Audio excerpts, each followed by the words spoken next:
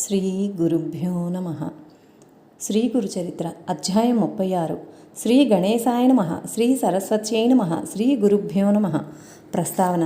క్రిందటి అధ్యాయాలలో సూచించినట్టు సద్గురువు భక్తులను తన మహిమ చేత రక్షించడమే కాక అందులో భాగంగా బోధను కూడా అనుగ్రహించి ధర్మ మోక్షోన్ముఖులను చేస్తాడు. ఈ అధ్యాయాలలో బోధ ప్రధానమైన లీలలను సిద్ధుడు వివరిస్తాడు. 2. ఒక్కొక్కప్పుడు మానవులు పరస్పర విరుద్ధమైన ధర్మాల మధ్య చిక్కుతారు.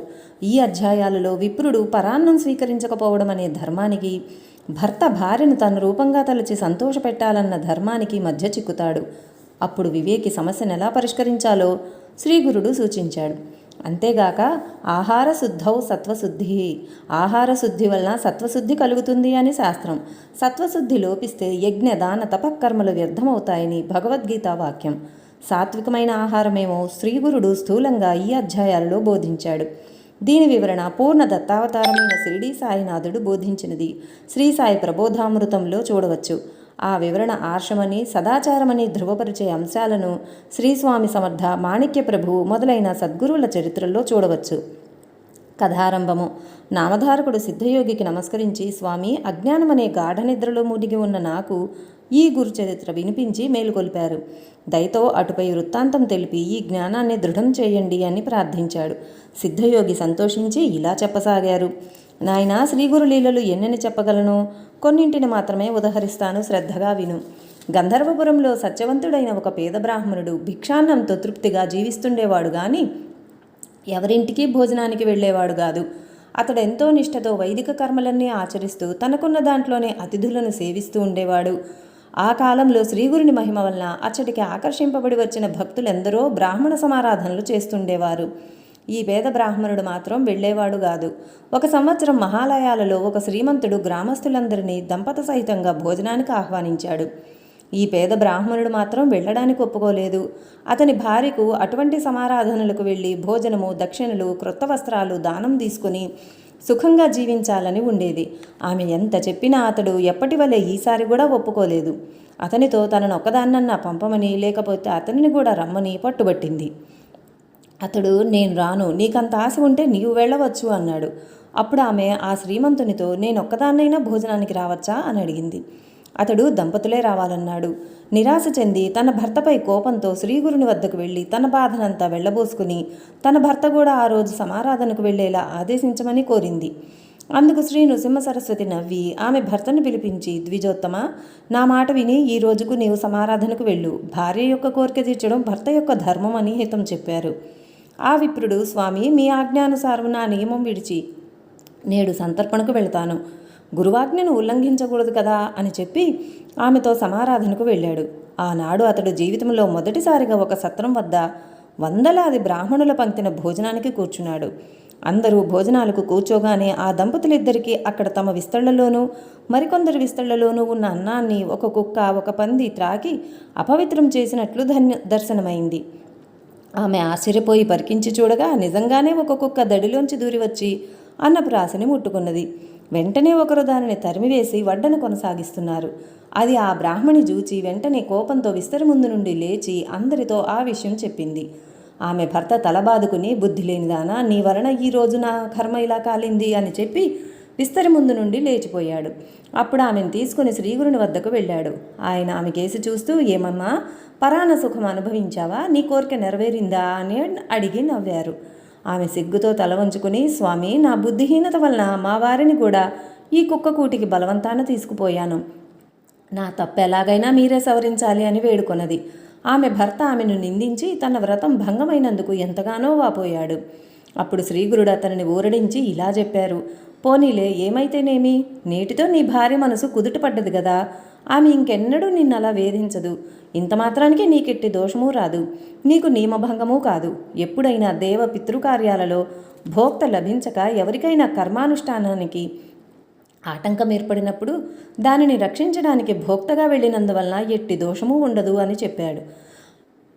అప్పుడు ఆ విప్రుడు, స్వామి, ఎలాంటి భోజనం చేయవచ్చు, ఎలాంటిది చేయకూడదో దయతో వివరించండి అని కోరాడు. శ్రీగురుడు ఇలా చెప్పారు. గురువులు, మేనమామలు, ఆచారవంతులైన వేదవిధులు, అత్తమామలు, తోబుట్టువులు పెట్టిన భోజనం చేయవచ్చు.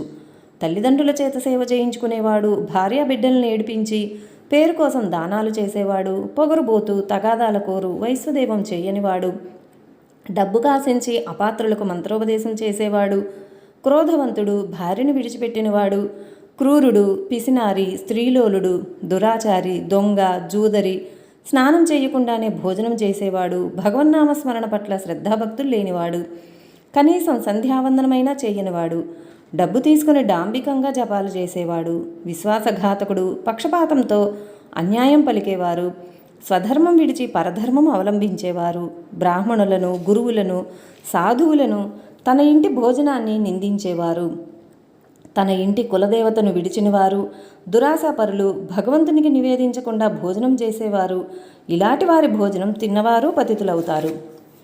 కూతురును, అల్లుణ్ణి బాధించేవారికి మరుజన్మలో బిడ్డలు కలగరు. కేవలం అద్వైతం చెప్పి దేవపూజ చేయనివాడు, పొట్టకూటి కోసం కపటంగా ప్రవర్తించేవాడు పెట్టిన భోజనం వల్ల మరుజన్మలో గుడ్డితనము, అల్పాయుష్యు లేక చెవుడు కలుగుతాయి. నిత్యము ఇతరుల ఇంట్లో భోజనం చేసేవారి పుణ్యమంతా నశించి వారి పాపమంతా సంక్రమిస్తుంది. పూర్ణిమ, అమావాస్యల్లో పరుల ఇంట భోజనం చేస్తే మాసమార్జించిన పుణ్యఫలం నశిస్తుంది. సాటివారికి కర్మానుష్ఠానంలో లోపం తీర్చడానికి తప్ప ఇతరుల ఇంటికి భోజనానికి వెళ్ళకూడదు. అలా చేసిన దోషం గాయత్రి జపంతో తొలగుతుంది. సేవకుల ద్వారా ఆహ్వానం పంపిన వారింటికి కూడా వెళ్ళకూడదు. మనువడు పుట్టేదాకా అల్లుని ఇంట్లో కూడా భుజించకూడదు. గోవు, భూమి, బంగారం మొదలుగునవి దానం తీసుకోవడం కూడా అంత చెడ్డవి కాదు, కానీ గ్రహణ సమయంలోనూ సూతకమప్పుడు పుణ్యతీర్థాలలోనూ దానాలు తీసుకుంటే దోషం వస్తుంది. ఇటువంటి అనుచిత భోజనం చేయకుండా స్వధర్మం ఆచరించే వారికి దైన్యం ఎన్నటికీ రాదు. దేవతలు, సిద్ధులు, కామధేనువు కూడా వారిని సేవిస్తుంటాయి. అప్పుడు ఆ విప్రుడు నమస్కరించి, స్వామి, స్వధర్మం అంటే ఎలాంటిదో కొంచెం వివరించండి అని ప్రార్థించాడు. స్వామి ఇలా చెప్పారు, నాయన, పూర్వం ఒకప్పుడు నైమిసారణ్యంలో పరాశర మహర్షిని మునులు ఇలా కోరారు. మునీంద్ర, స్వధర్మానుష్ఠానంలో మాకు అడుగడుగునా సందేహాలు కలుగుతున్నాయి. ఆచారము, మంత్రము గురువు నుండి తప్ప తెలుసుకోకూడదంటారు. కనుక దయతో మాకు అవి వివరించండి. అప్పుడు ఆ మహర్షి ఇలా చెప్పారు, ఋషులారా, సదాచారం వలన సర్వము సిద్ధిస్తుంది. బ్రాహ్మణుడు బ్రాహ్మీ ముహూర్తంలో నిద్రలేచి భక్తితో త్రిమూర్తులను, నవగ్రహాలు, సనకాది సిద్ధులను, పితృదేవతలను, సప్త సముద్రాలు, చతుర్దశ భువనాలు, సప్త ద్వీపాలు, సప్త ఋషులను మొదట స్మరించాలి. అప్పుడు గోవుకు మ్రొక్కి ఆచమనం చేశాకనే కాలకృత్యాలు తీర్చుకోవాలి. స్నానము, భోజనాలకు ముందు తర్వాత కూడా కూర్చొని ఆచమనం చేయాలి. చూడకూడనివి చూచినప్పుడు, మాట్లాడకూడనివి మాట్లాడినప్పుడు, వినరానివి వినినప్పుడు ఆచమనం చేస్తే శుద్ధి కలుగుతుంది. అందుకు నీరు లేకుంటే కుడి చెవును తాకాలి. కారణం, అందులో అగ్ని, జలము, వరుణుడు, సూర్యుడు, వాయువు మొదలుగా గల సకల దేవతలు ఉంటారు. తర్వాత మానసిక స్నానంతో పరిశుద్ధుడై సూర్యోదయం వరకు గాయత్రి తప్ప మిగిలిన వేదభాగంలో ఏ ప్రార్థనా శ్లోకాలైనా చదువుకోవచ్చు. తర్వాత ఊరికి నైరుతి దిక్కున ఆరుబయట దేవాలయాలు, పవిత్రమైన చెట్లు లేని చోట, బాటకు నీరుకు దూరంగాను ఆకులు గడ్డి లేని చోట మల విసర్జనం చేయాలి. ఆ సమయంలో జందెం వేరుగా వేసుకొని అంగవస్త్రం తలకు చుట్టుకొని ఉండాలి. దిక్కులకేసి, ఆకాశం కేసి చూడకూడదు. పగటివేళ ఉత్తర దిక్కుకు, రాత్రివేళ దక్షిణ దిక్కుకు తిరిగి కూర్చోవాలి. తర్వాత ఆచమించి కులదేవతను స్మరించాలి. ఇలా శ్రీగురుడు ఆచారకాండ గురించి ఇంకెన్నో అంశాలు బోధించారు. శ్రీ దత్తాయ గురవే నమః. శ్రీ శ్రీపాద శ్రీవల్లభాయ నమః. శ్రీ నృసింహ సరస్వత్యై నమః. జై గురుదేవ దత్తకు జై. శ్రీ గురుచరిత్ర అధ్యాయం 37. శ్రీ గణేశాయ నమః. శ్రీ సరస్వత్యై నమః. శ్రీ గురుభ్యో నమః. సిద్ధయోగి ఇలా చెప్పారు, నామధారక, శ్రీగురుడు ఆ సద్బ్రాహ్మణునికి గృహస్థాశ్రమ ధర్మాలు ఇలా చెప్పారు. మానవులు 3 కాలాలలోనూ ఆసనంపై కూర్చుని ప్రతిరోజు తప్పకుండా భగవంతుని పూజించాలి. అందుకు అవకాశం లేకపోతే ఉదయం షోడశోపచార పూజ, మధ్యాహ్నం పంచోపచార పూజ, సాయంత్రం నీరాజనము అయినా సమర్పించాలి. అందుకోసం ప్రతివారు తమ ఇంట మంచి గంధము, నెయ్యి, జింక చర్మము ఉంచుకోవాలి. మానవ జన్మ లభించి కూడా భగవంతుని పూజించని వారికి నరకం ప్రాప్తిస్తుంది. అటు తర్వాత కూడా మానవ జన్మ రావడం కష్టం. అన్నింటిలోకి గురు పూజ శ్రేష్టమైనది. అందువలన త్రిమూర్తులు సంతోషిస్తారు. కానీ కలియుగంలో మానవులకు గురువు యందు ఆయన భగవంతుడనే భావం కలగడం కష్టం. అందువలన మందబుద్ధులను అనుగ్రహించడానికి భగవంతుడు సాలగ్రామము, బాణలింగము రూపాలు ధరించాడు. కనుక వాటిని పూజించడం వలన సర్వ పాపాలు నశిస్తాయి. అగ్ని, జలము, సూర్యుడు, గోవు, సద్బ్రాహ్మణుడు వీటిలో భగవంతుణ్ణి భావించి పూజించవచ్చు. అన్నింటికంటే మానసిక పూజ శ్రేష్టం. మధ్యములకు మండలంలో పూజ, అధములకు విగ్రహారాధనము అవసరం. భక్తితో పూజించగలిగితే రాయి చెక్క కూడా దేవుడై అభీష్టాలు ప్రసాదించగలవు. పీట మీద కూర్చొని శ్రద్ధగా సంకల్పము ప్రాణాయామం చేసి పూజా ద్రవ్యాలు సిద్ధంగా పెట్టుకొని వాటిని ప్రోక్షించాలి. తర్వాత ఎదుట సింహాసనం మీద ఇష్టదేవతా విగ్రహం ఉంచి దానికి కుడివైపున శంఖము, ఎడమవైపున గంట ఉంచి దేవుని మీదనున్న నిర్మాల్యం తొలగించి దీపం వెలిగించాలి. మొదట గణపతిని పూజించి గురువును స్మరించి తర్వాత పీఠాన్ని, ద్వారపాలకులను పూజించాలి.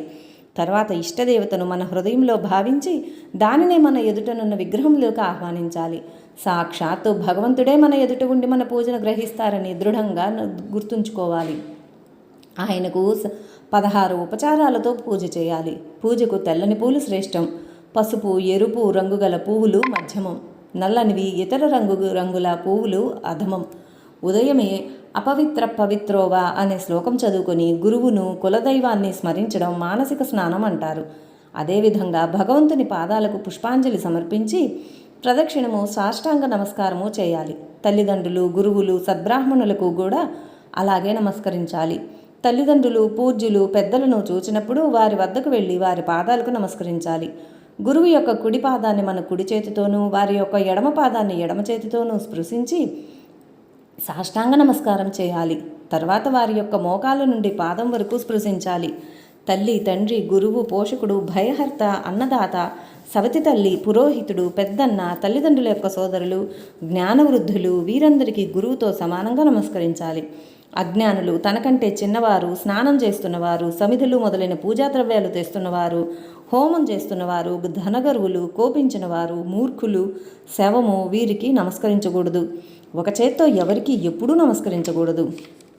గృహస్థుల ఇండ్లలో కత్తి, తిరుగలి, రోకలి, నిప్పు, నీరు, చీపురు వాడడం వల్ల జరిగే పాపాన్ని పోగొట్టుకోవడానికి వండుకున్న పదార్థాన్ని మొదట దేవతలకు, పితరులకు, సర్వజీవులకు, ఋషులకు, అతిథులకు అర్పించి మిగిలింది మహాప్రసాదమన్న భావంతో భుజించాలి. దీనిని వైశ్వదేవం అంటారు. అతిథులను కులగోత్రాలు పట్టించుకోకుండా భగవత్ స్వరూపులుగా తలచి భోజనం పెట్టాలి. కారణం వారు సాక్షాత్తు సద్గురు రూపాలే. అతిథికి కాళ్ళు కడిగితే పితృదేవతలు, భోజనం పెడితే త్రిమూర్తులు సంతోషిస్తారు. అతిథికి భిక్ష కోసం వచ్చిన బ్రహ్మచారికి వైశ్వదేవము, నైవేద్యము అవకున్నా తప్పకుండా భిక్ష ఇవ్వాలి. భోజనం వడ్డించే చోట నీటితో అలికి ముగ్గు పెట్టి దేవతలను ఆహ్వానించి ఆకు వేసి వడ్డించాలి. పతితుల పంక్తిన భోజనం చేయకూడదు. మొదట కుడి ప్రక్కన నేల మీద చిత్రగుప్తునికి బలిగా కొంచెం అన్నం ఉంచిన తర్వాత భోజనం చేయాలి. తన ద్వారా భోజనం చేస్తున్న చైతన్యము, తాను తినే అన్నము కూడా భగవంతుని రూపాలన్న భావంతో భోజనం చేయాలి. కుక్కను, రజస్వలను, ఎట్టి ధర్మము పాటించిన వాడిని చూస్తూ భోజనం చేయకూడదు. భోజనం అయ్యాక అగస్త్య మహర్షిని, కుంభకర్ణుణ్ణి, బడబాగ్నిని స్మరిస్తే జీర్ణశక్తి వృద్ధి అవుతుంది. సాయంకాలం పురాణాలు, సద్గ్రంథాలు పెద్దల వలన వినాలి. సూర్యాస్తమయమప్పుడు సంధ్యావందనము, హోమము చేసి గురువుకు నమస్కరించాలి. రాత్రి తేలికగా భోజనం చేసి కొంతసేపు సద్గ్రంథాలు చదువుకొని తర్వాత తాను ఆ రోజంతా చేసిన సత్కర్మలన్నింటినీ భగవంతుని ప్రీతి కోసమని సమర్పించి నమస్కరించాలి.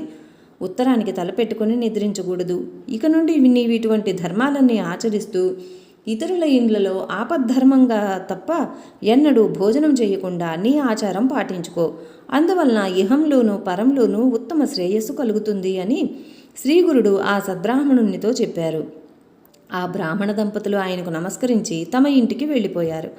శ్రీ దత్తాయ గురవే నమః. శ్రీ శ్రీపాద శ్రీవల్లభాయ నమః. శ్రీ నృసింహ సరస్వత్యై నమః.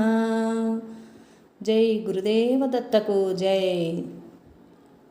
లైక్ చేయండి, షేర్ చేయండి, సబ్స్క్రైబ్ చేయండి. సబ్స్క్రైబ్ చేసుకున్న వారు పక్కనే ఉన్న బెల్ ఐకాన్ని ప్రెస్ చేసి ఆల్ అని ప్రెస్ చేస్తే నా నోటిఫికేషన్స్ వెంటనే మీకు అందుతాయి. మీరు చేసే లైక్స్ వల్ల వీడియో ఎక్కువ మందికి రీచ్ అవ్వడానికి ఉపయోగపడుతుంది. సో ప్లీజ్ విన్న వాళ్ళందరూ తప్పకుండా లైక్ చేయండి సుమా.